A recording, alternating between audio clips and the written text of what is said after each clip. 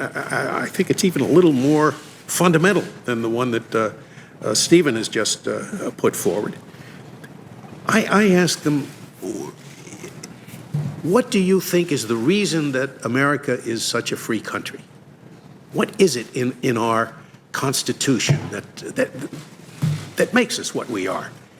And I guarantee you that the response I will get, and you will get this from almost any American, including the woman that he was talking to at the supermarket, the answer would be freedom of speech, freedom of the press, no unreasonable searches and seizures, no quartering of troops in hope, those marvelous provisions of the Bill of Rights.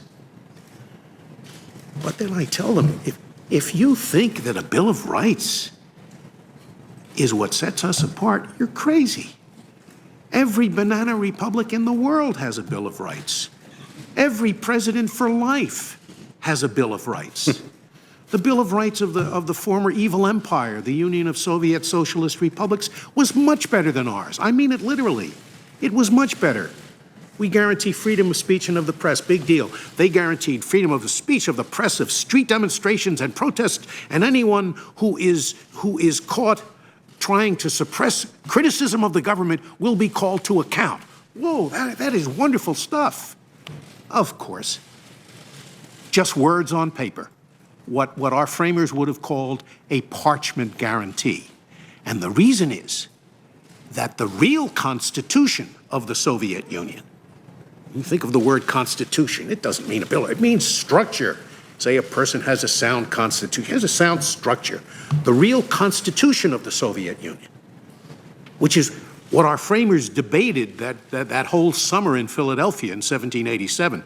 They didn't talk about the Bill of Rights. That was an afterthought, wasn't it? That constitution of the Soviet Union did not prevent the centralization of power in one person or in one party. And when that happens, the game is over. The Bill of Rights is just what our framers would call a parchment guarantee. So the real key to the distinctiveness of America is the structure of our government. One part of it, of course, is the independence of the judiciary. But there's a lot more. There are very few countries in the world, for example, that have a bicameral legislature. Oh, England has a House of Lords for the time being, but the House of Lords has no substantial power. They can just make the Commons pass a bill a second time. France has a Senate, it's honorific. Italy has a Senate, it's honorific. Very few countries have two separate bodies in the legislature equally powerful. That's a lot of trouble, as you gentlemen doubtless know, to get the same language through two different bodies elected in a different fashion. Very few countries in the world have a separately elected chief executive. Sometimes I go to Europe to talk about separation of powers. And when I get there, I find that all I'm talking about is independence of the judiciary, because the Europeans don't even try to divide the two political powers, the two political branches, the legislature and the chief executive.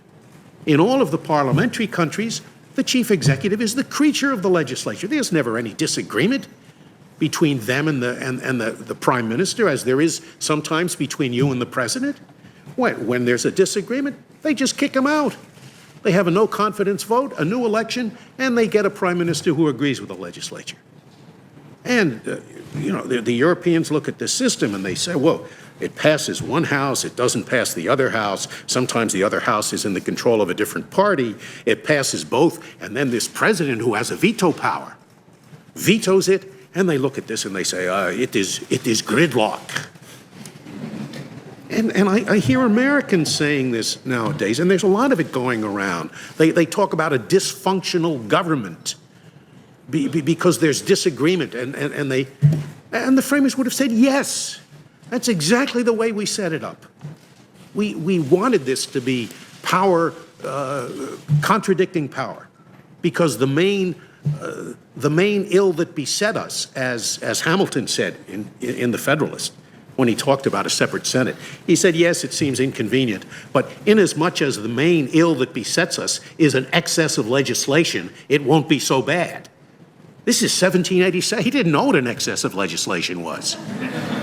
So unless Americans can appreciate that and learn to love the separation of powers, which means learning to love the gridlock, which the framers believed would be the main protection of minorities, the main protection.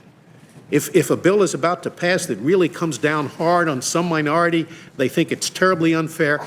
It doesn't take much to throw a monkey wrench into this complex system. So Americans should appreciate that, and they should learn to love the gridlock. It's there for a reason, so that the legislation that gets out will be good legislation. And thus conclude my opening